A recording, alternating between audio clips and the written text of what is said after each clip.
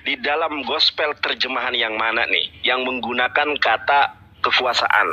Apa tadi Bapak yang Bapak sampaikan, kekuasaan ya? Ruler. Penguasa.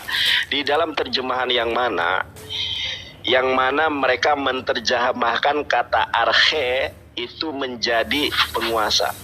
Saya nggak ada di sini, Pak. Jadi yang Bapak sampaikan itu artinya bisa penguasa. Saya tidak pernah menemukan versi Alkitab manapun yang kemudian menerjemahkan arche dalam Wahyu 3:14 sebagai penguasa, Pak. Makanya saya minta mungkin yang menerjemahkan Alkitab LAI, saya dengar dari teman-teman Kristen adalah profesor, doktor, dan lain sebagainya. Begitupun di dalam Selaber, Ayete, dan lain sebagainya. Tetapi di antara mereka tidak ada yang menerjemahkan kata arche menjadi penguasa. Tetapi semuanya konsensus sepakat menggunakan kata awal dari ciptaan Allah. Makanya saya senantiasa bertanya, kenapa teman-teman Kristen menyembah ciptaan Allah, ciptaan Theos? Kenapa tidak menyembah Theosnya begitu loh, Pak? Kalau saya sih, yang dalam pengertian saya percaya bahwa dia ruler. Saya lebih percaya waktu saya kaji ulang, saya pelajari, ya memang tadinya kan saya bertanya-tanya kok Yesus kok ciptaan, tapi awal dari ciptaan. Tapi kemudian saya coba pelajari lagi dan saya temukan bahwa kata arche itu punya beberapa makna. Salah satunya adalah ruler. Nah, kalau ruler saya yakinnya beliau adalah ruler of God's creation gitu. Oke, sekarang kita ganti rural ya. Jadi arche ini meskipun tidak ada versi Alkitab yang menerjemahkan arche menjadi rural atau penguasa, kekuasaan, kita coba artikan sebagaimana yang Bapak pahami sebagai rural. Yesus adalah amin, kekuasaan dari ciptaan Allah. Tetap tidak merubah esensi, ya. Tetap tidak, ya sebentar Pak ya. Kata arche kan awalnya bermakna atau diterjemahkan sebagai awal atau permulaan dari ciptaan Allah. Saya sekarang saya mengikuti coba cara berpikir atau cara menafsirkan, cara memahami dari Pak Pendeta Excel. Arche-nya diganti dengan kekuasaan. Penguasa, ruler. Gimana? Ruler, penguasa. Oke, penguasa ya. Meskipun saya di sini tidak menemukan arti kata itu. Penguasa dari ciptaan Allah. Makanya agak janggal juga sih, penguasa dari ciptaan Allah. Makanya saya dari Tuhan sendiri. Makanya dia untuk menguasai ciptaan. Oke. Makanya gini, Pak. Kenapa para penerjemahan versi-versi Alkitab tidak ada yang menerjemahkan sebagai penguasa? Karena akan janggal, penguasa dari ciptaan Allah. Ya kan, penguasa dari ciptaan Allah. Tapi kalau diartikan awal dari ciptaan Allah, itu nggak ada yang janggal. Oke, nggak apa-apa, penguasa dari ciptaan Allah. Tapi esensi dari ayat ini adalah meskipun dia kata penguasa dan lain sebagainya, tetap tidak menghilangkan substansi bahwa dia adalah ciptaan Allah. Yang mana kata ketisios tauteo itu, Pak. Tidak dong, kan penguasa, dia bukan ciptaan. Tapi ketesiosnya nggak hilang. Tapi ketesiosnya kan tetap ciptaan. Makanya kita parsing rural kan awal, arche artinya adalah awal. Tapi Bapak memahami dengan pemahaman yang berbeda dari versi-versi Alkitab dengan mengganti kata arche yang awalnya adalah permulaan menjadi penguasa. Kita ganti nih, kita coba parsing. Awal atau arche jadi penguasa. Penguasa tes ketisios tauteo. Penguasa dari ciptaan Allah.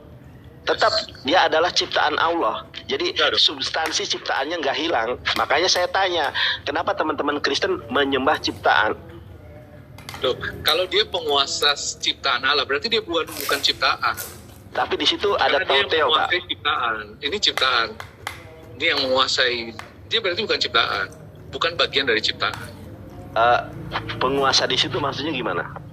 Penguasa, dia yang ruler. Penguasa. Yang mengatur, yang menguasai segala ciptaannya Allah. Tapi di dalam bahasa Yunani bukan menguasai ciptaan Allah, tetapi dia ini adalah penguasa dari ciptaan Allah. Tauteo dari, Pak. Penguasa dari ciptaan Allah. Jadi dia itu adalah ciptaan. penguasa dari ciptaan. Ini kan ciptaan, dia penguasanya. Begitu loh. Penguasa dari ciptaan Allah. Makanya akan ganjil kalau diterjemahkan seperti itu. Sekarang Bapak coba buka Kisah Para Rasul 3 ayat 13 Pak, untuk menegaskan bahwa Yesus itu memang ciptaan. Makanya kalau kita buka ini di dalam LAI sendiri, sambil Bapak buka KPR 3:13, saya buka Wahyu 3 ayat 13, bagaimana dia paralelisasinya kemana arahnya. Nih saya coba buka ya. Bapak buka KPR 13 ayat ke sebentar.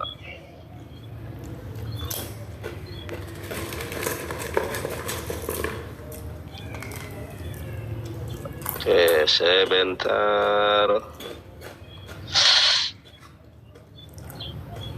Coba Bapak buka KPR 3:13.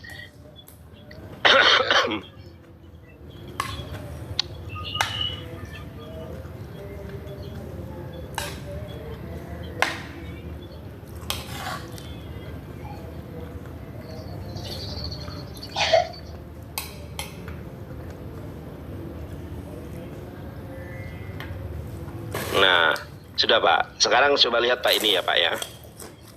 Nah, kalau kita lihat di dalam Wahyu 3 ini ayat ke-13 ini ada apa sih namanya itu paralelisasi ya, atau ada keterkaitan dengan Amsal 8 ayat ke-22. Saya bukakan Amsal 8 ayat ke-22. Wahyu 3:14. Jadi di dalam menafsirkan Alkitab itu kan ada metode tafsir bil ma'sur, menafsirkan ayat Alkitab dengan ayat Alkitab yang lain. Saya buka Amsal 8 ayat 22. Ini yang menguatkan bahwa Yesus itu adalah ciptaan. Nah, Amsal 8 ayat ke-22.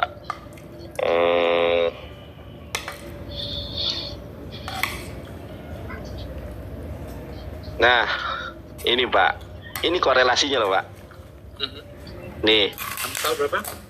Amsal 8 ayat 22.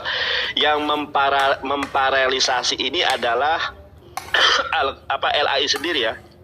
Ya. Tuhan telah menciptakan aku sebagai permulaan pekerjaannya Pak. Jadi sebetulnya makanya tidak ada versi terjemahan yang menerjemahkan sebagai penguasa, karena ayat-ayat yang menerangkan bahwa Yesus adalah ciptaan itu saling keterkaitan. Sekarang Bapak baca Wahyu 3 ayat ke-13 Pak. Wahyu apa Kisah Para Rasul? Salah, Kisah Para Rasul 3 ayat 13. Kisah Para Rasul 3 ayat 13 saya bacain ya. Iya. Allah Abraham, Ishak dan Yakub, Allah nenek moyang kita telah memuliakan hambanya, yaitu Yesus, yang kamu serahkan dan tolak di depan Pilatus, walaupun Pilatus berpendapat bahwa ia harus dilepaskan. Nah, jadi Yesus itu adalah hamba. Yesus itu adalah ciptaan ya. Saya tidak berasumsi Pak. Ini coba Pak perhatikan ini. Amsal 8 ayat ke-22. Tuhan telah menciptakan aku sebagai permulaan pekerjaannya, sebagai perbuatannya yang pertama-tama dahulu kala. Kalau kita di sini ada tanda bintang Pak. Kita klik nih. Ini mengacunya kepada apa? Wahyu 3:14. Ternyata makanya biar bagaimanapun kalau Bapak mau memahami itu sebagai penguasa dan lain sebagainya, ternyata justru yang menguatkan itu adalah Yesus adalah ciptaan. Sebagaimana di dalam Amsal 8 ayat ke-22. Tuhan telah menciptakan aku sebagai permulaan dari ciptaannya. Makanya Yesus diyakini oleh orang Kristen sebagai alfa, sebagai permulaan. Bukan dia adalah yang menciptakan, tetapi dia adalah permulaan dari ciptaan Allah. Amsal 8 ayat 22. Kalau misalnya Amsal 8 ayat ke-22 dipahami dengan pemahaman yang lain, tentu akan kontradiksi dengan Wahyu 3:14. Katanya Yesus adalah permulaan dari ciptaan Allah. Loh, di dalam Amsal 22 kok lain lagi.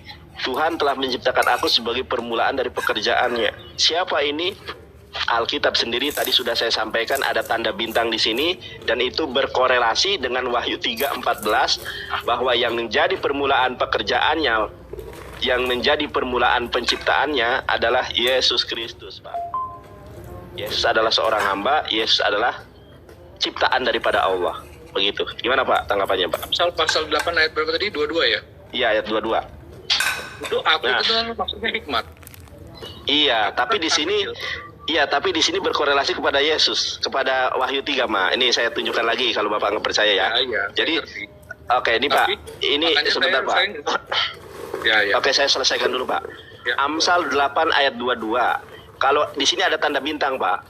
Nah, tanda bintang kalau diklik Wahyu 3:14. Merujuk kepada Wahyu 3:14, di mana di Wahyu 3:14 ada amin yang Bapak tadi sampaikan bahwa amin di situ adalah Yesus. Saya bacakan nih, bukan hanya ayat 22. Tuhan telah menciptakan aku sebagai permulaan pekerjaannya, sebagai perbuatannya yang pertama-tama dahulu kala. Sudah pada zaman purbakala aku dibentuk. Ternyata Yesus itu dibentuk, Pak.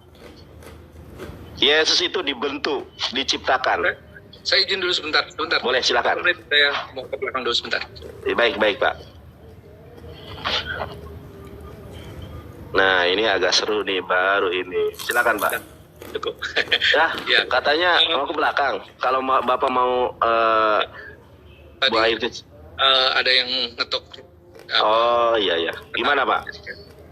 Oke, jadi kalau di Amsal itu kan kata aku itu maksudnya adalah hikmat. Ya, hikmat itu siapa, Pak? Hikmat ya hikmat. Kalau saya nangkapnya hikmat ya hikmat. Hikmat Jadi, itu sebagai ya hikmat. Ya. Hikmat itu sebagai ciptaan. Nah, Hikmat yang diberikan Tuhan kepada manusia itu lebih awal dari penciptaan bumi. Hikmat. Tapi kalau Yesus itu kan Yohanes 1 ayat 1 jelas, pada mulanya firman itu bersama-sama dengan Allah, dan firman itu Allah, jadi bersama-sama. Jadi eksistensinya bersamaan dengan Allah gitu, karena dia adalah Allah. Makanya kami percaya Tritunggal itu. Gitu. Jadi hikmat, kalau saya yakin hikmat itu beda dengan Yesus. Yesus itu sang firman yang menjadi manusia, yang eksistensinya sudah ada bersama-sama dengan Allah Bapa. Makanya dia disebutkan sebagai Alfa dan Omega.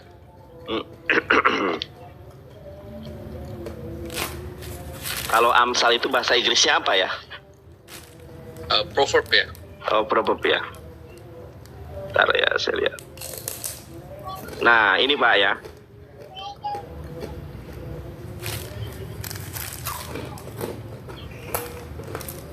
Oke, sebentar.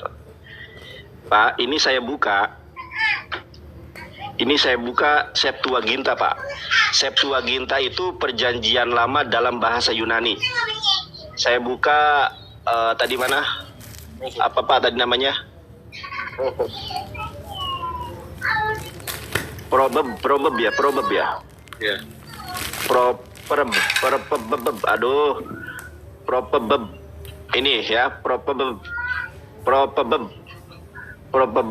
pasal ke-8 ayat ke-22. Kita perhatikan ayat ke-22. Ya. Ayat ke-22. Ya. Ini Pak. Di sini dikatakan begini, Pak. Kurios ektise me arche. Nah, di sini juga menggunakan arche, Pak. Arche itu adalah permulaan. Nah, jadi kenapa arche di sini tidak diterjemahkan menjadi menjadi kekuasaan, menjadi penguasa. Makanya tidak ada versi Alkitab. Sampai suara saya habis. Wah, nggak ada kopi sih ini teman-teman nih. Anteng aja lihat, nggak ada minuman nih. Astaga, saya sampai habisan suara, Pak. Di dalam Septuaginta, di dalam Amsal 8 ayat ke-22, di sini tertulis apa, Pak? Di sini tertulis arche. Aduh, saya lagi nggak buka laptop ya. Saya bacakan dari ayat ke-22. Di sini dikatakan, kurios ektise me arche odon. Ya, ternyata arche di sini juga diterjemahkan sebagaimana Wahyu 3 ayat ke-14. Di mana Tuhan telah menciptakan aku sebagai permulaan pekerjaannya, bukan penguasa pekerjaannya, jadi nggak nyambung. Dalam Septuaginta arche diterjemahkan menjadi awal. Di dalam Textus Receptus arche diterjemahkan menjadi permulaan. Makanya tidak ada penerjemahan lain di dalam versi-versi Alkitab yang menerjemahkan kata arche menjadi penguasa. Akan rancu kalau dikaitkan dengan ayat-ayat yang lain. Di dalam Amsal 8 ayat ke 22 dan 23, sudah pada zaman purga kala aku dibentuk.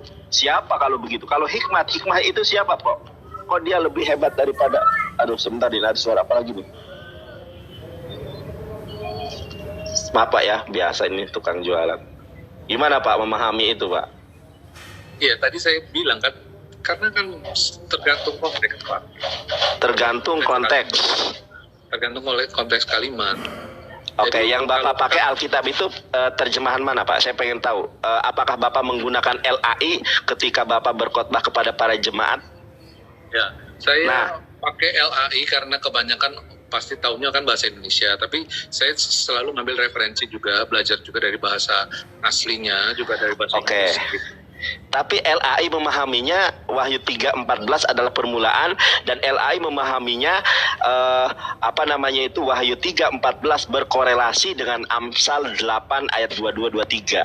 Itu adalah permulaan. Bahkan saya lihat Septuaginta sendiri menggunakan kata arche. Tadi sudah saya tunjukkan Septuaginta Perjanjian Lama dalam bahasa Yunani. Di situ disebutkan, saya bacakan aja di sini biar tidak pegel sayanya. Kurios ektise me arche odon hauto eis erga hauto. Nggak apa-apa buat teman-teman, saya coba tampilkan ya bahasa Yunaninya. Ini Amsal 8 ayat ke-22. Kita lihat nih. Saya coba kasih biru biar teman-teman lihat. Mana nih? Biru. Mana? Sampai mana nih? Oke, nih. Sampai 2. Oke, mana sih 23? Kok langsung ke 24 ini kok? Oh, ini nih, sampai sini.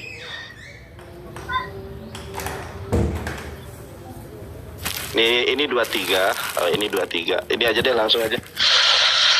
Di sini dikatakan kurios ektise me arche hodon hauto eis erga hauto. Ternyata di sini adalah permulaan dari ciptaan Allah sebagaimana di dalam Amsal 8:22 yang berkorelasi dengan Wahyu 3:14. Tuhan kurios telah menciptakan aku sebagai permulaan dari pekerjaannya. Jadi akan bertolak belakang sebetulnya kalau Wahyu 3:14 dikatakan penguasa, sementara di dalam Amsal 8 ayat 22 di dalam Perjanjian Lama di dalam naskah Mesoretik, di dalam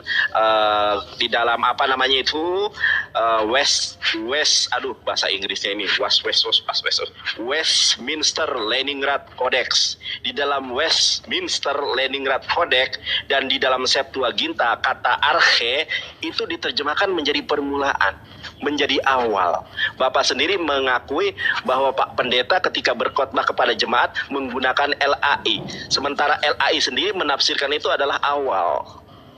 Ya, saya pakai Alkitab LAI, tapi nggak bulat-bulat.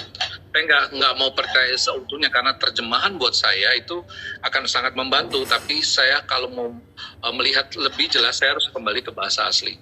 Begitu. Jadi kalau ketika saya melihat ada bahasa yang kurang tepat, saya akan coba cari lagi ke bahasa asli. Walaupun saya nggak terlalu pandai bahasa Yunani, tapi kan zaman sekarang ada Alkitab bisa diakses ya. Gitu ya, kan kita bisa belajar dari situ.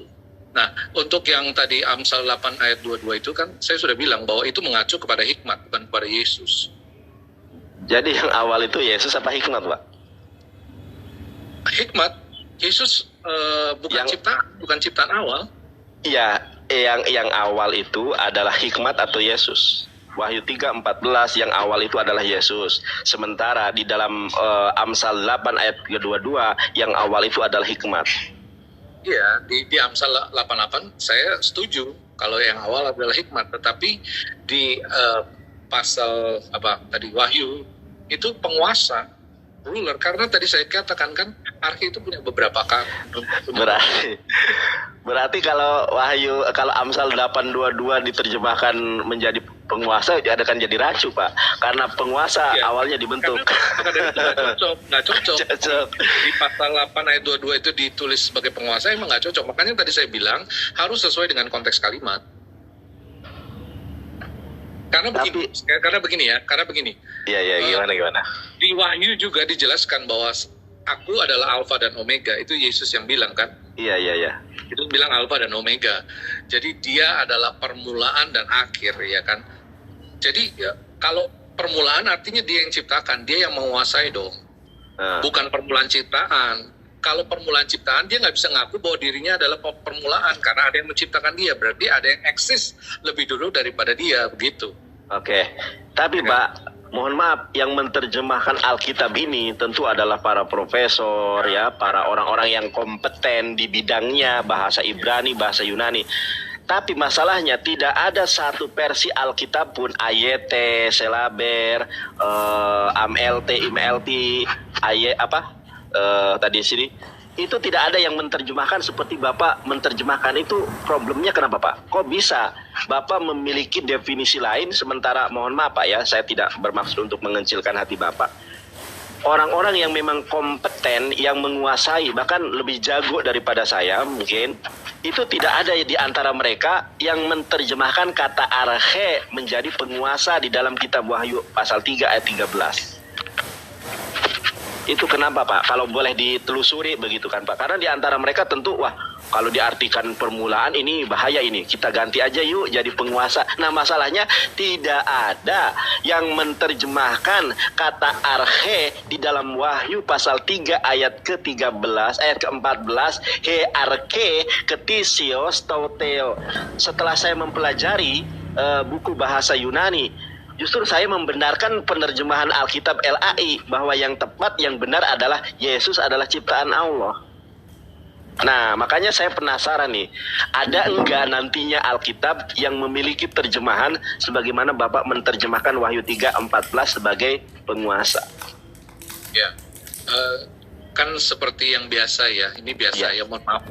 Yang biasa sekali teman-teman Muslim itu bilang kami ini banding terjemahan. Makanya saya nggak mau terjebak kepada terjemahan. Saya mau cari makna sesungguhnya dari kata tersebut. Itu yang selalu saya coba lakukan gitu ya.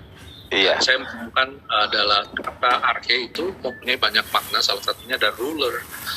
Jadi kalau penggunaan kata ruler itu menurut saya sangat cocok karena dia adalah penguasa dari ciptaan Allah. Oke, tapi tidak ada istilahnya, tidak ada referensi dari tim penerjemahan yang lain, atau tidak ada literasi referensi dari versi-versi Alkitab yang memiliki penerjemahan sebagaimana Bapak menerjemahkan Wahyu 3:14 sebagai rural itu ya? Iya, nggak ada ya? Yang tadi Bang Nandar sampaikan memang tidak ada ya. Memang ya, tapi saya belajar karena saya mau belajar dari bahasa aslinya gitu ya. Oke. Tadi Bapak mengatakan apa? Rural apa rule, Pak? Rule sama ruler bisa dua-duanya, karena ada ruler ada rule. Saya cari di pengertian itu ada ruler ada. Tapi nggak ada rural Pak di situ, Pak. Adanya rule. Ini saya tunjukkan kepada Bapak ya. Nggak ada rural di situ. Ya, ini Pak. Ruler itu ini itu kan orangnya. Seperti halnya begini. Seperti halnya saya waktu SMA, mudah-mudahan ada para junior saya. Dulu waktu SMA, saya ini adalah ketua GPA Gerpak, Gerakan Pencinta Alam, itu kan. Wow. Ketika mengajarkan ada yang namanya survival. Survival itu pertahanan. Bagaimana kita mempertahankan diri. Kalau orangnya disebut apa, Pak? Survival kan pertahanan. Kalau orangnya berarti disebut apa? Survivor kan? Survivor. Beda antara survival dengan survivor. Kalau survivor adalah orangnya. Nah, di dalam Wahyu 3 ayat ke-14 ternyata tidak ada yang menerjemahkan menjadi rural, Pak. Tidak ada yang menerjemahkan menjadi orangnya. Tapi di sini nih. Ini saya buka secara objektif ya di dalam Concordance Strong Number G746. Di sini tidak ada ruler, tapi rule berarti kekuasaan. Rule bukan kekuasaan. Rule Itu aturan, menguasai. aturan kan rule itu kan? Rule. Aturan berarti Pak. Aturan bisa menguasai. Aturan dari ciptaan Allah berarti. Makanya kenapa? Terima kasih Al-Fatih, kamu baik atuh. Bercanda, Pak, mohon maaf Pak ya Pak. Saya suka bercanda memang kayak gitu biar tidak tegang Pak ya, mohon maaf Pak ya. Iya. Nah, di sini dikatakan rule Pak, aturan. Gimana nih? Makanya kok saya bingung. Kok tidak ada versi Alkitab yang menerjemahkan seperti Bapak menerjemahkan? Ternyata artinya memang rule, bukan rural. Gimana dong Pak? Juga bisa mengatur kan. Tapi di sini nggak ada rural Pak. Ini saya tunjukkan lagi. Saya tunjukkan lagi deh. Kalaupun ruler, tapi saya baca ada kok ruler. Ini Pak. Saya tunjukkan Pak. Ini core corners ya. Ini strong number. Ini kan saya lihat nih. Ini bahasa Inggrisnya apa sih? Revelation 3 Arba Esreh. Arba Esreh itu Ibrani. Kalau bahasa Inggrisnya berarti 1, 2, 3, 4 apa sih? 14 ya, 14. Oke, di sini kan ada tuh strong number-nya. Nah, kita lihat strong number daripada strong number dari Arche itu G796. Di sini nggak ada Pak. Mohon maaf Pak ya. Ini ada origin definition. Di sini ada rule. Tuh, tidak ada rural. Atau Bapak buka sendiri deh di ini. Nanti Bapak download aplikasinya. Saya juga pakai itu. Saya juga pakai ini kan. Pakai ini tuh kan tidak ada rule. Makanya saya bertanya-tanya, kok versi Alkitab tidak ada yang menerjemahkan seperti Bapak menerjemahkan. Jadi saya bingung ini. Masa di dalam versi Alkitab nggak ada orang yang kepikiran gitu untuk menerjemahkan seperti penerjemahan Bapak sehingga dapat menguatkan iman Kristen. Kok nggak ada ya? Kenapa ya? Oh, ternyata memang nggak ada yang cocok Pak. Ternyata berarti Yesus adalah awal dari ciptaan Allah. Oke, sekarang anggap saja masalah Yesus adalah awal ciptaan Allah. Puas atau tidak puas, karena kita kan tidak memaksakan. Saya tidak memaksakan Bapak tidak akan bisa juga memaksakan saya. Biarkan penonton yang menilai, begitu ya Pak ya. Nah, saya belum pernah mendapati di dalam Alkitab bahwa Bunda Maria itu mengakui Yesus adalah firman yang hidup. Yesus adalah jemaat daripada Elohim. Dan saya juga tidak pernah mendengar Yesus mengatakan dalam bahasa original language-nya, Pak Yomer. Bentar Pak, saya ini dulu Pak ya. Minum Ya haus. Oh iya, nggak ada kopi nih teman-teman, ini yang Kristen kasih kopi juga dong buat Pak Pendeta. Ini gimana sih kalian ini? Teman-teman, kopi. Teman-teman Kristen buat Pak Pendeta ya, dikasih kopi lah. Singa buat Pak Pendeta. Kalau saya nggak apa-apa, paus lah. Makasih Faci, kamu baik, barokah ya, anak-anak baik, orang-orang baik. Makasih ya. Oke. Jiprat. Tapi Pak Pendeta santun ini ya. Oke, terima kasih Pak Pendeta. Di dalam bahasa apa namanya itu? Di dalam bahasa Ibrani, Yesus tidak pernah mengatakan atau dalam bahasa Yunani, Anohi hadafar atau Anohi hamilah Hayiti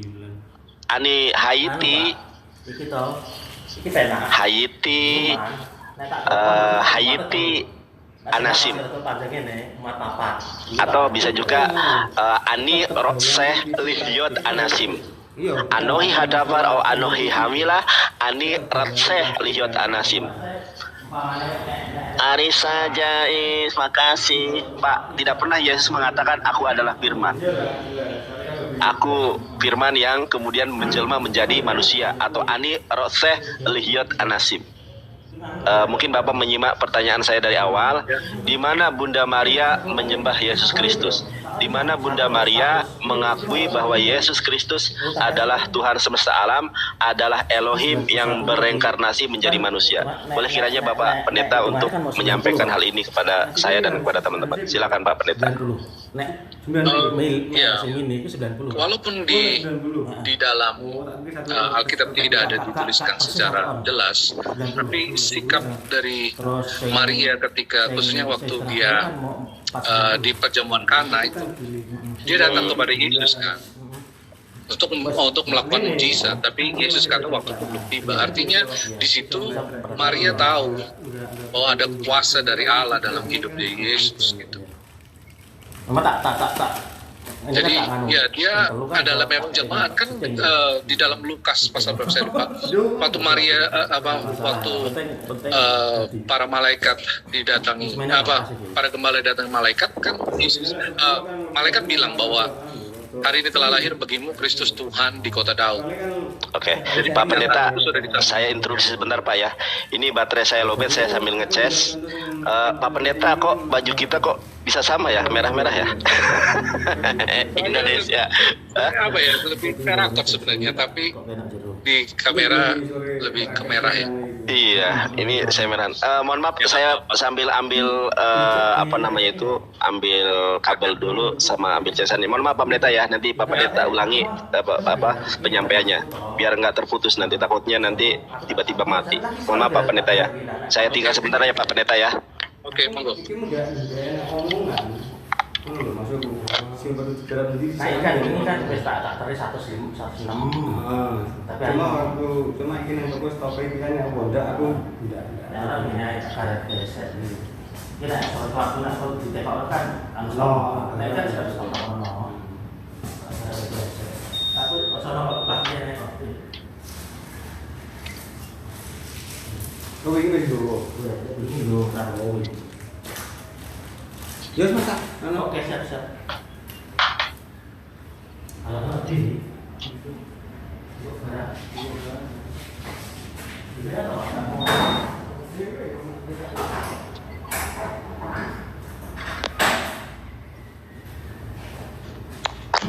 Terima kasih Pak Pendeta sudah menunggu.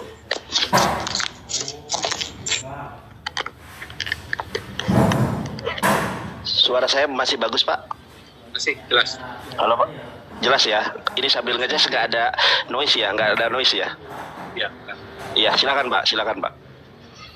Ya, jadi memang Maria tidak pernah menyebutkan Yesus itu Tuhan secara langsung. Tetapi Maria menyadari bahwa ada kuasa ilahi dalam kehidupan Yesus. Gitu. Ya, tadi saya sebutkan bahwa di perjamuan Kana, Maria mengharapkan Yesus menyatakan kuasanya. Jadi dia mengetahui bahwa anak yang dia kandung dan dia lahirkan itu punya adalah anak ilahi. Jadi Masya Allah. Ini pendeta apa calon mu'alaf sih Pak? Bapak ini kok santun sekali Pak. Mohon maaf nih Pak ya. Saya itu fleksibel orangnya, jadi kalau orangnya brutal, nyerocos, ya saya juga pasti bersikap yang hal sama. Tapi kalau Bapak pendetanya santun, halus, apapun pendapat Pak Pendeta saya dengarkan. Ini mudah-mudahan Bapak dapat hidayah Allah ini. Saya berharap, saya berdoa kepada Allah ini Pak. Benar Pak. Boleh kiranya Bapak suatu saat dijamah Tuhan, ditangkap, dipilih, dipulihkan menjadi pribadi yang terlahir baru, manusia baru dalam kebenaran iman dan Islam. Karena Bapak santun, orang baik. Masya Allah. Barakallahu fikum, Allah yahdik. Gitu Pak Pendeta. Silakan Pak Pendeta ulangi pertanyaan saya, silakan dijawab Pak. Mohon maaf. Ulangi lagi biar teman-teman juga, silakan. Atau ya, udah mau diulangi lagi? Itu aja tadi, yang tadi. Nah, pertanyaan gini Pak. Sebentar saya tambahin. Silakan. Ya. Jadi ya tadi kan saya sebutkan dalam Lukas itu bahwa ketika malaikat mendatangi para gembala, malaikat bilang hari ini telah lahir bagimu Kristus Tuhan di kota Daud. Jadi pernyataan Tuhan itu pun datang dari malaikat ya, bukan cuma dari manusia. Gitu. Oke, yang pertama adalah yang saya tanya, ada enggak bundanya Yesus ini mengkonfirmasi bahwa anaknya adalah firman yang hidup, Elohim yang menjelma menjadi manusia. Yesus adalah Tuhan semesta alam. Itu pertanyaan saya. Lalu Bapak mengatakan nggak ada kan, cuma ada salah satunya itu bundanya ketika di Kanaan. Nah, tapi kalau saya lihat di Kana, mohon maaf ya, di Kana itu bukan Bunda Maria. Meskipun saya tidak membahas tentang pengakuannya ya, karena memang tidak ada pengakuan. Karena di dalam kasus, di dalam peristiwa pernikahan di Kana itu, Yesus memanggil Maria ini bukan dengan metera, ibu. Nah, tetapi dipanggil, ya bukan dipanggil metera. Karena justru saya, mohon maaf Pak Pendeta ya, nanti ada korelasinya dengan tema pernikahan Yesus. Jadi yang di pernikahan di Kana itu, Maria di situ bukan Maria ibunda Yesus, tetapi Maria istri Yesus, yaitu Maria Magdalena. Karena pernikahannya di Kana. Di situ Yesus ketika kita memanggil ibu, kita kan ibu, ya kan? Ibu dalam bahasa Yunani metera. Makanya di dalam terjemahan itu hai perempuan gitu kan, menggunakan gunei. Ya. Gunei ini di situ menggunakan gunai Pak, bermakna istriku. Jadi saya lebih condong Maria yang disebut di Kana itu adalah istrinya Yesus, bukan ibundanya, karena di situ disebut sebagai gunai, bukan disebut sebagai metera. Bentar, nah, saya buka ayatnya ya. Coba Bapak buka ayatnya, silahkan nanti dilihat dalam bahasa Yunaninya. Maria yang ada di Kana itu bukan ibundanya. Boleh Bapak ralat kalau saya salah. Di dalam bahasa Yunaninya tidak disebut metera. Berbeda dengan Matius 19 ayat ke-29. Nah, saya tunjukkan kepada Bapak. Di dalam Matius 19 ayat ke-29. Matius 9. Nah, ini saya tunjukkan kepada Bapak ya. Atau Bapak sambil cari aja. Matius 19 ayat 29. Nah, dan setiap orang yang karena namaku meninggalkan rumahnya, saudara laki-laki dan saudara perempuannya, bapak dan ibunya. Kita lihat nih dalam bahasa Yunani, apa ibunya itu? Saya baca di dalam bahasa Yunaninya. Kaifas os archen hoikias he adelpos he adelpas he patera. Patera itu kalau dalam bahasa Inggris father. He patera he metera, ibu. Nah, kasus di Kana itu ternyata ketika Yesus memanggil Maria itu bukan dengan sebutan ibu. Ibu itu terjemahan di dalam bahasa Yunaninya gunaika, istriku. Jadi bukan Bunda Maria di situ. Itu sebagai pembahasan selingan. Karena yang saya tanyakan, di mana pengakuan Bunda Maria bahwa anaknya adalah firman yang hidup, Tuhan Elohim yang menjelma, bereinkarnasi menjadi manusia. Karena kalau di dalam Quran begini Pak, di dalam Quran surat Al-Baqarah ayat 146. A'udzubillahi minasyaitonirrajim, allazina atainahumul kitaba ya'rifunahu kama ya'rifuna abna'ahum. Orang-orang yang telah diberikan Alkitab, mereka mengenali Muhammad sebagaimana mereka mengenali anak-anak mereka sendiri. Diimprovisasikan di dalam Quran seperti orang tua yang mengenali anak-anak mereka sendiri. Makanya saya berpendapat tentang Alkitab, orang yang paling dekat kehidupannya dengan Yesus adalah ibundanya. Mohon maaf, ibundanya yang membesarkan yang bersangkutan, dari kecil menemani. Harusnya informan yang pertama kali dijadikan rujukan adalah Bunda Maria. Tapi kalau kita berbicara gospel, keempat gospel, sinoptik maupun non-sinoptik, kesaksian Bunda Maria ini sangat minim sekali loh. Bahkan dia berkata-kata itu jarang, tidak pernah terdapat. Makanya saya tanya, kenapa kok Bunda Maria tidak pernah dilibatkan? Padahal kalau beliau dilibatkan itu adalah saksi kunci sebetulnya. Orang terdekatnya, ibundanya sendiri. Kenapa nggak ada kesaksian dari Bunda Maria? Kalau ada kesaksian itu dapat menjadikan dalil ketuhanan Yesus. Tidak ada Bunda Maria, wahai murid-murid, ini loh anakku Tuhan semesta alam, firman yang hidup. Dia adalah Tuhan yang menjelma menjadi manusia. Tentu itu akan menjadi penguatan yang sangat dalam, menjadi dalil yang tak terbantahkan. Nyatanya tidak ada, Pak. Saya berspekulasi bahwa hal itu terjadi karena memang Yesus Kristus bukanlah Tuhan. Makanya kisah bagaimana perkataan, kesaksian Bunda Maria ditutupi karena Yesus bukanlah Tuhan. Saya sudah bertanya ke beberapa orang, di mana Bunda Maria bersaksi bahwa anaknya firman yang hidup. Di mana Bunda Maria bersaksi bahwa anaknya adalah Tuhan yang menjelma menjadi manusia. Di mana Bunda Maria bersaksi bahwa anaknya ini adalah Tuhan semesta alam. Jangankan Bunda Maria, Pak. Yesus saja tidak pernah mengatakan Payomer Yehoshua Hamashiach Anochi Hatafar atau Anochi Hamilah. Aku adalah firman yang hidup. Ani Rotseh Lihyot Anasim. Aku adalah firman yang kemudian menjelma menjadi manusia. Perkataan dari Yesus saja tidak ada. Justru Yesus membantah keyakinan tersebut di dalam Yohanes 17 ayat ke-8. Segala firman yang telah engkau sampaikan kepadaku, aku telah menerimanya, dan aku menyampaikan kepada murid-murid, dan para murid menerimanya, serta mengimani, meyakini, mengenali aku sebagai utusan, bukan sebagai firman yang hidup. Kalau Yesus adalah firman yang hidup, tentu dia tidak usah lagi nerima firman, karena dia itu adalah firman itu sendiri. Gimana Bapak memahami hal itu? Atau silakan Bapak, mungkin ada ayat Alkitab yang terselip atau yang saya lupakan, di mana kesaksian Bunda Maria bahwa anaknya adalah firman yang hidup, bahwa anaknya adalah Tuhan yang menjelma menjadi manusia, di mana? Karena saya lihat sedikit sekali, bahkan hampir tidak ada kesaksian dari Bunda Maria terkait bagaimana dan seperti apa anaknya, yaitu Yesus Kristus atau Isa alaihissalam. Silakan Pak. Oke. Jadi saya mau meluruskan dulu tadi pernyataan bahwa di perkawinan Kana itu bukan ibunya Yesus. Saya bacakan ya Yohanes 2. Pada hari ketiga perkawinan di Kana yang di Galilea, dan ibu Yesus ada di situ. Yesus dan murid-muridnya diundang juga ke perkawinan itu. Ketika mereka kekurangan anggur, ibu Yesus berkata kepadanya, mereka kehabisan anggur. Jadi ibu Yesus. Ayat berapa itu Pak? Saya buka dulu. Ayat berapa? Yohanes pasal 2. Yohanes pasal 2, ayat 1. Ya. Oke. 1 sampai 3. Iya, ya. Pak Nanang. Terus? Pak Nanang.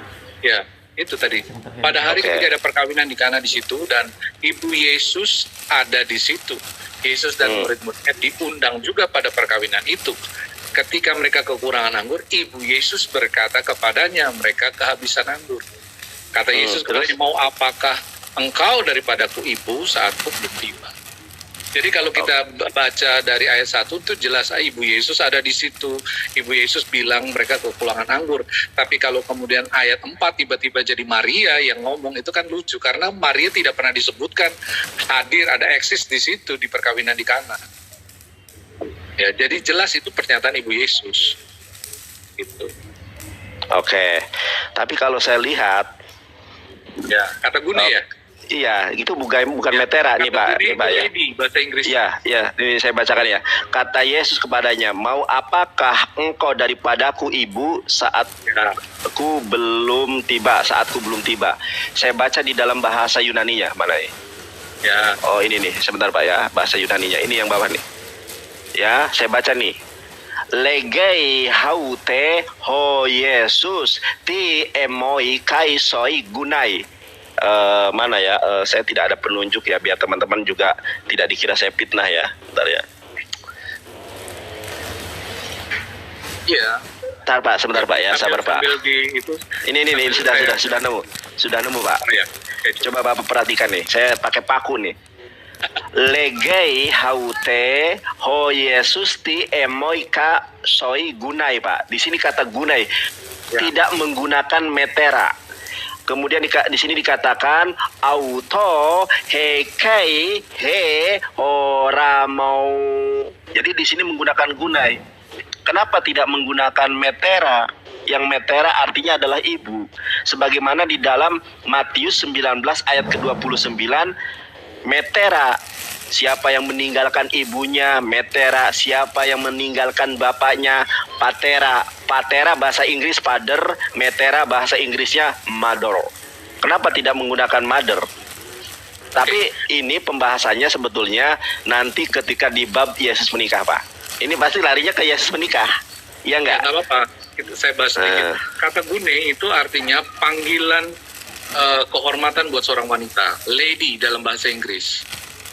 Jadi gune itu bukan artinya istri, bukan cuma istri. Coba cek aja. Coba cek di korponas yang tadi. Kata sebentar Pak ya. Bukan cuma istri, tapi bisa juga ibu, bisa juga perempuan, bisa pokoknya dalam pengertian kalau kita bicara tentang adat Barat itu pakai lady. Jadi itu panggilan kehormatan. Jadi bukan cuma kepada istri. Kepada ibu bisa, kepada perempuan-perempuan yang kita hormati bisa. Begitu, itu kata gune. Saya kasih contoh di Yohanes ya.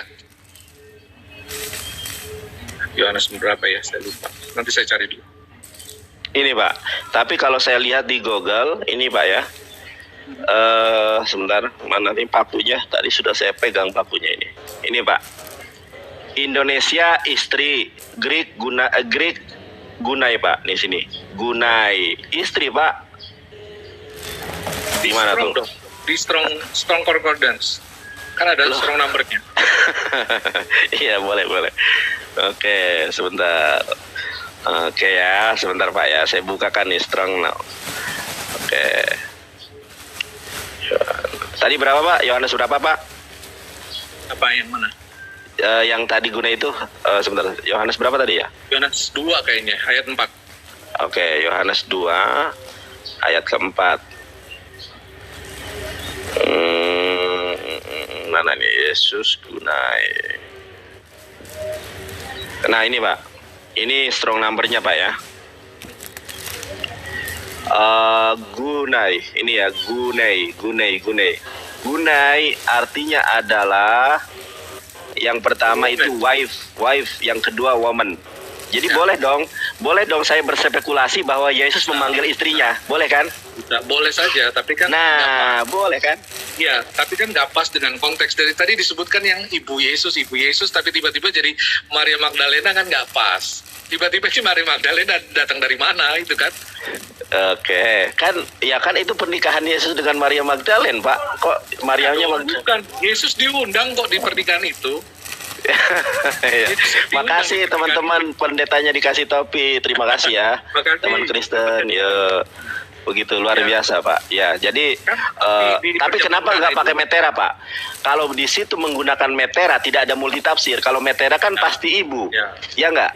Ya. Kenapa nggak pakai metera? Saya kasih contoh saya kasih bukti satu lagi boleh ya? Iya, silakan. Oke. Yohanes pasal 20 ayat yang ke 13. Iya, silakan, Pak. Lalu kata malaikat-malaikat itu kepadanya, "Ibu, mengapa engkau menangis?" Jawab Maria kepadanya, "Tuhanku telah diambil orang dan aku tidak tahu di mana ia diletakkan." Nah, kata malaikat itu kepadanya, "Ibu, mengapa engkau menangis?" Ibu itu pakai kata gune juga di situ. Apakah artinya Maria Magdalena itu istri dari malaikat-malaikat itu? Bukan dong. Oke. Iya, terus? Ya, jadi kata gune itu atau guna itu nggak selalu harus berarti istri. Bisa perempuan. Tadi saya bilang nggak berarti. Betul. Ya, jadi terus? Ini kan di ayat 13 ini jelas malaikat-malaikat itu, kata malaikat-malaikat itu kepadanya. Ini ada dua orang malaikat pakai kata ibu. Mengapa engkau menangis? Nah, kata ibu ini dalam bahasa Yunaninya gune. Apakah Maria bersuamikan 2 orang malaikat? Enggak kan? Iya. Karena itu panggilan penghormatan kepada seorang wanita. Itu gune. Itu saja. Sudah. Oke, ini sebetulnya ini peristiwa tentang Yesus diselamatkan dari peristiwa penyaliban. Nah, ini kan di dalam Yohanes 20 ayat ke-11 Yesus menampakkan diri kepada Maria Magdalena. Ya, saya sudah tanya kepada Romo-Romo bahwa Maria Magdalena ini seorang pemimpin apostoles, pemimpin para rasul. Dia yang dekat, dia yang sebagaimana buku yang kemarin sampaikan yaitu Injil Maria Magdalena, yang paling dekat dengan Yesus Kristus dari pihak perempuan adalah Maria Magdalena. Bahkan Maria Magdalena ialah yang paling pertama mendatangi kubur Yesus. Tetapi Maria berdiri dekat kubur itu dan menangis. Sambil menangis ia menjenguk ke dalam kubur itu. Dan tampaklah olehnya kedua orang malaikat berpakaian putih, yang seorang duduk di sebelah kepala dan yang lain di sebelah kaki di tempat mayat Yesus terbaring. Ya. Kata malaikat itu kepadanya, "Ibu, mengapa engkau menangis?" Jawab Maria kepada mereka, "Tuhanku telah diambil orang dan aku tidak tahu di mana dia diletakkan." Pak, sebetulnya di dalam Yohanes 20 ayat ke-13 ini lebih ke makna wanita, Pak. Karena tadi sudah saya buka di dalam strong number-nya. Ya sebentar Pak ya, saya selesaikan dulu. Karena di dalam strong number-nya di sini definisinya yang pertama adalah wife, yang kedua woman. Jadi memang tidak salah. Jadi memang tidak salah kalau di dalam di Yohanes 20 ayat ke-13 Maria Magdalena disebut sebagai wanita oleh malaikat. Itu konteksnya. Sesudah berkata demikian, ia menoleh ke belakang dan melihat Yesus berdiri di situ. Tetapi ia tidak tahu bahwa itu adalah Yesus. Jadi saya heran dari Yohanes 20 ayat ke-14 ini, kok Maria Magdalena tidak mengenali Yesus. Padahal Maria Magdalena adalah sosok yang dekat, bahkan kalau menurut analisa saya adalah istri daripada Yesus Kristus. Makanya dia orang yang pertama kemudian menemui atau menjenguk kubur Yesus. Ini kok bisa bahwa Maria tidak mengenali Yesus? Kata Yesus kepadanya, "Ibu, mengapa engkau menangis? Siapa yang engkau cari?" Maria menyangka orang itu adalah penunggu taman. Nih, bayangkan Maria Magdalena kok bisa mengira Yesus penunggu taman, kok bisa tidak mengenali, karena Yesus berubah rupa. Lalu berkata kepadanya, "Tuhan, jikalau Tuhan yang mengambil dia, katakanlah kepadaku di mana Tuhan meletakkan dia supaya aku dapat mengambilnya." Karena di sini Maria Magdalena dalam keinian ya. Di ayat ke-16-nya kata Yesus kepadanya, "Maria, Maria," berpalinglah kepadanya. Dalam bahasa Ibrani, Rabuni artinya guru. Ternyata Pak, Maria Magdalena sadar bahwa yang ada di depannya adalah Yesus karena dia memanggil apa di ayat ke-15, Gunai Pak. Artinya istri Pak. Nih, saya tunjukkan ayatnya. Di dalam ayat ke-15, Legai haute berkata kepadanya, "Oh Yesus." Yesus berkata kepadanya, siapa? Maria Magdalena.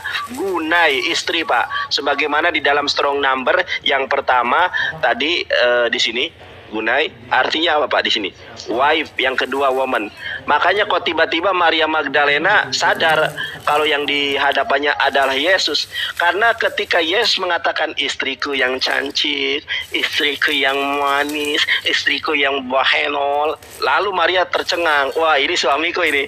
Wah, Yesus gitu loh Pak. Makanya dia kenal karena dipanggil istriku. Oke, yuk kita baca baik-baik ya. Iya. Tadi saya bilang bahwa ada kata Gunai waktu malaikat memanggil Maria Magdalena kan. Tapi Anda bilang bahwa itu artinya jadi woman. Oke.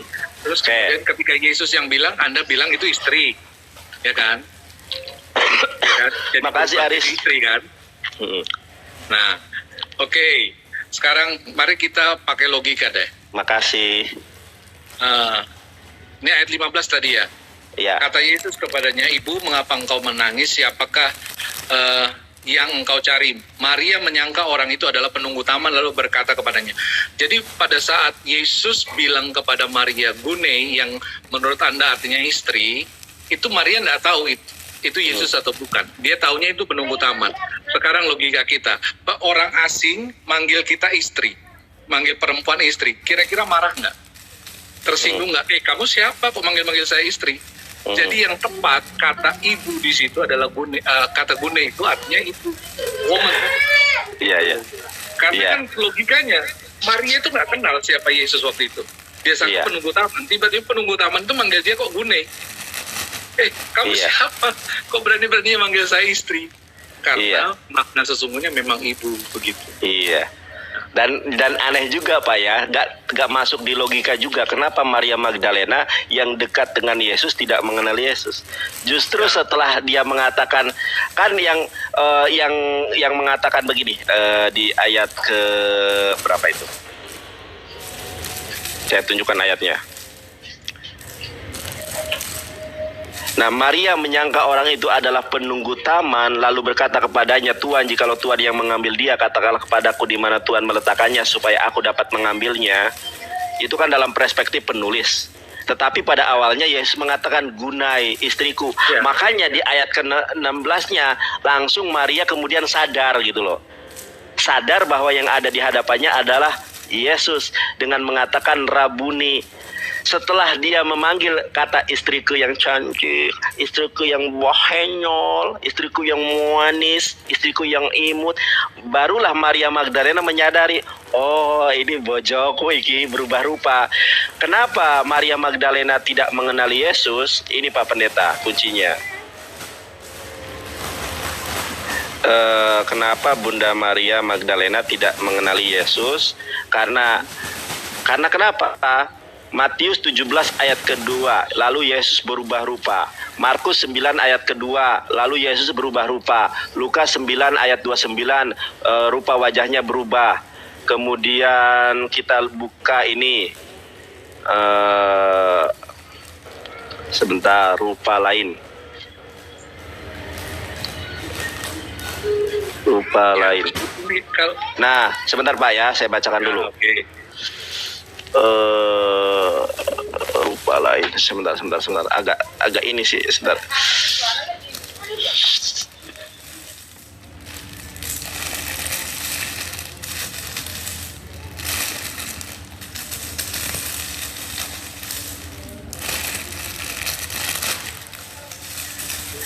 Nih Pak, suara saya terdengar Pak?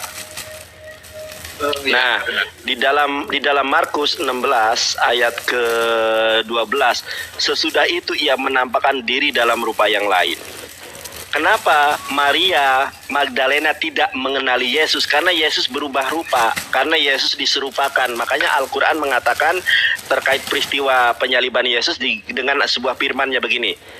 Wa qaulihim inna qatalnal masyiha Isa ibnu Maryam Rasulullah wa ma qataluhu wa ma salabuhu walakin subbihalahum.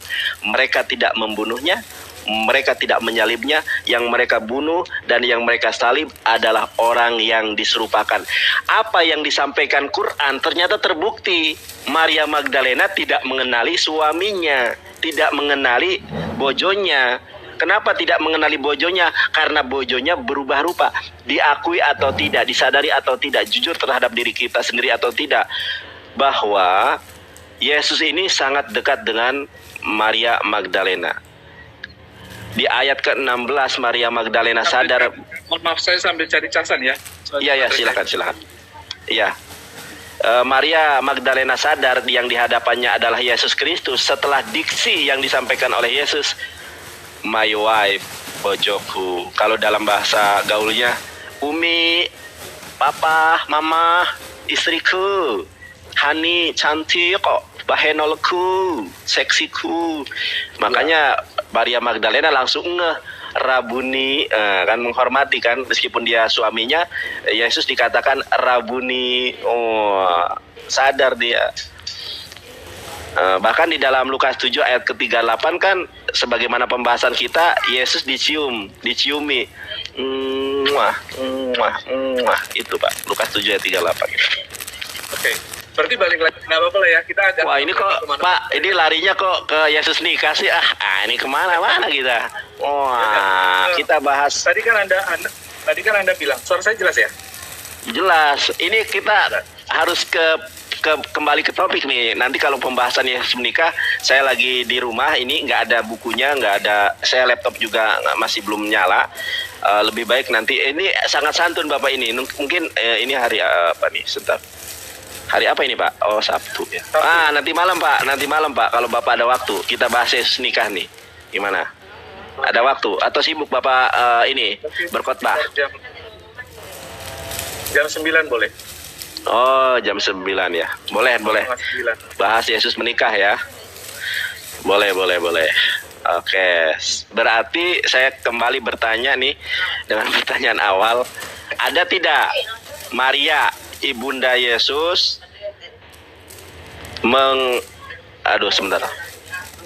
Adakah Bunda Maria mengkonfirmasi bahwa Yesus adalah firman yang hidup, Yesus adalah Elohim yang menjelma menjadi manusia, dan pernah tidak Bunda Maria bersujud menyembah kepada Yesus? Kalau ada, di Injil apa, pasal berapa, ayat keberapa? Silakan Pak.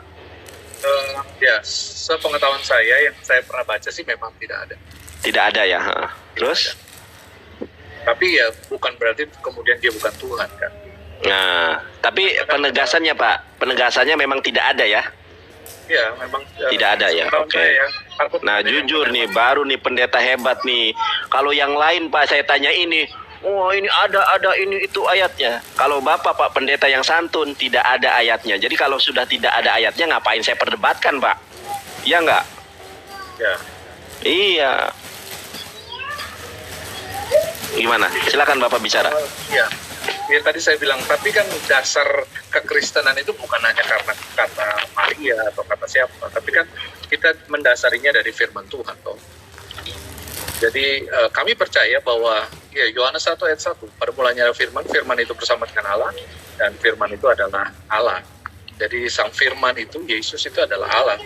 Kami percaya dia adalah Alfa dan Omega. Kalau teman-teman Muslim kan seringkali bilang dia manusia, tahunya kan mungkin cuma eksistensi Yesus itu ketika dari lahir. Padahal Alkitab sendiri mencatat bahwa sebelum Abraham aku sudah ada. Jadi eksistensi Yesus bukan cuma ketika dia lahir. Dia Tuhan yang menjelma jadi manusia, bukan manusia yang dituhankan. Gitu. Nah, Yesus menurut Bapak firman yang hidup atau bukan? Iya. Di mana Yesus mengatakan bahwa dirinya Anohi Hamila o Anohi Hadavar. Ada enggak perkataan kesaksian Yesus sendiri bahwa dirinya adalah firman? Karena di dalam Yohanes 17 ayat ke-8, Yesus sangat jelas mengatakan bahwa dia adalah penerima firman. Kalau Yesus adalah firman yang hidup, kalau Yesus adalah firman itu sendiri, tentu dia tidak usah lagi menerima firman, Pak. Ya. Kan dijelaskan tadi Yohanes 1 ayat 1, dia, ayat 1 dan ayat 14, dia menjelma jadi manusia. Bahkan dalam Filipi, dia mengosongkan keilahiannya jadi manusia. Sama seperti manusia. Ya sama seperti saya. Dia mengosongkan keilahiannya jadi manusia. Jadi ketika dia dalam posisinya manusia, ya dia tahu diri lah. Dia bilang, saya utusan. Maka dia harus belajar, begitu kan, mengikuti tahap-tahap pengajaran, begitu. Dia, ya karena dia menjelma jadi manusia. Makanya kami percaya bahwa Yesus itu bukan 50% manusia dan 50% Tuhan. Tapi kami percaya dia adalah 100% Tuhan dan 100% manusia. Gitu. Oke. Kan yang saya tanya, di mana Yesus mengatakan bahwa dirinya adalah firman yang hidup? Semua yang mengatakan Filipi itu bukan Yesus, tapi Paulus. Iya kan, begitupun dengan 1 Yohanes ayat 1 sampai 18. Bahkan kalau kita dilihat di dalam catatan Alkitab itu adalah himne Platonis. Nanti saya tunjukkan datanya. Yang saya minta, ada enggak perkataan dari Yesus bahwa dirinya adalah firman yang hidup? Justru yang ada adalah dia penerima firman, Yohanes 17 ayat ke-8. Kalau Yesus adalah firman itu sendiri, tidak usah lagi nerima firman.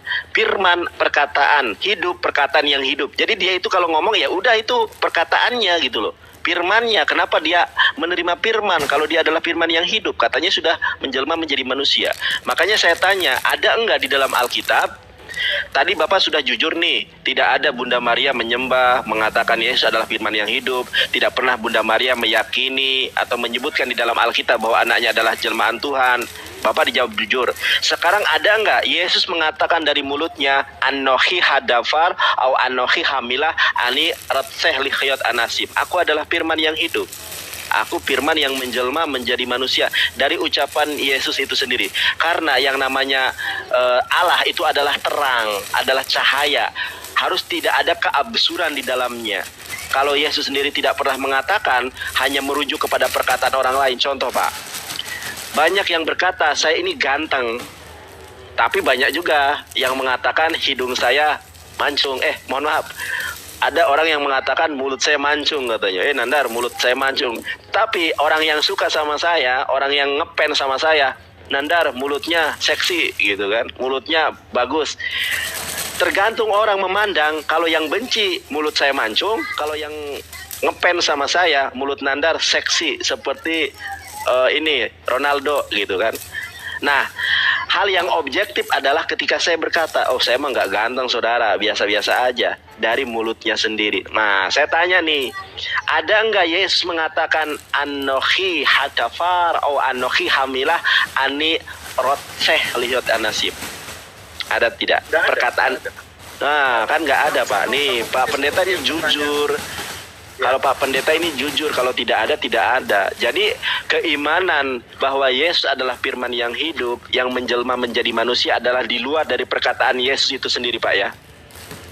Ya, tapi kan kami percaya bahwa penulis Injil Yohanes itu menuliskan itu dengan inspirasi dari Roh Kudus. Oke. Jadi dia tidak karang-karang toh. Iya, kalau masalah dibimbing Roh Kudus dan lain sebagainya, saya nggak bisa mengintervensi ke situ, karena itu keyakinan Bapak kan. Ya. Iya, jadi itu keyakinan Bapak. Tapi Bapak ini santun, jujur Pak. Kalau yang lain, ada nggak Yesus mengatakan dirinya adalah firman? Ada nandar ini. Ada nggak Bunda Maria menyembah ini? Ada nandar. Mereka nggak jujur. Tapi Bapak sebagai pendeta yang melayani, yang berkhotbah di gereja, jujur, sangat jujur. Saya sangat mengapresiasi apa yang Bapak sampaikan. Luar biasa Pak. Mudah-mudahan Bapak mendapatkan hidayah Pak ya. Bapak sudah ganteng, lebih ganteng daripada saya. Sayang sekali kalau tidak mendapatkan hidayah. Hidayah adalah hak prerogatif Allah. Mudah-mudahan Allah memberikan hidayah kepada orang baik semacam Bapak. 1.400 yang menonton, kaum muslimin, aminkan doa kita. Mudah-mudahan Bapak Pendeta Excel ini mendapatkan hidayah dari Allah. Amin ya Allah, amin ya rabbal alamin. Ya, terima kasih buat doanya, tapi Iya. saya sudah diselamatkan sama Tuhan. Iya, itu kan saya doa yang baik buat Bapak kan. Iya, nggak apa-apa kan Pak ya. Doa baik boleh. Iya, kecuali saya doa nanti Pak Pendeta dapat musibah baru, itu doa yang nggak baik, nggak boleh itu. Masya Allah. Wah, ini Pak Pendeta dicubit ini. Saya kok nggak ada yang nyubit ini. Wah, gimana nih teman-teman ini? Kok nggak ada yang nyubit saya nih? Sultannya pada kemana ini? Wah, luar biasa Pak Pendeta ini. Di Lampung panas nggak Pak Pendeta? Di Lampung panas nggak Pak? Lumayan. Panas ya? Wah, sini juga panas Pak Pendeta. Sepertinya mungkin udah dulu ya Pak. Oh siap Pak Pendeta. Pak Pendeta terima kasih waktunya Pak Pendeta ya. Saya sangat kagum, sangat mengapresiasi Bapak yang sangat santun. Terima kasih. Masya Allah. Makasih banyak ya teman-teman sudah nyebut aku ya. Makasih ya. Masya Allah. Bercanda. Oke Pak, makasih banyak ya. Bang Nandar. Ya saya juga hatur nuhun Bapak. Terima kasih atas waktunya. Salam buat keluarga Pak ya. Siap. Buat anak istri ya Pak. Ya. Baik. Oke. Yo. Semuanya yang sudah nonton, terima kasih. Sehat selalu, Iya. Tuhan Yesus memberkati. Shalom. Iya. Bye-bye. Bye-bye. Terima kasih Pak. Wah.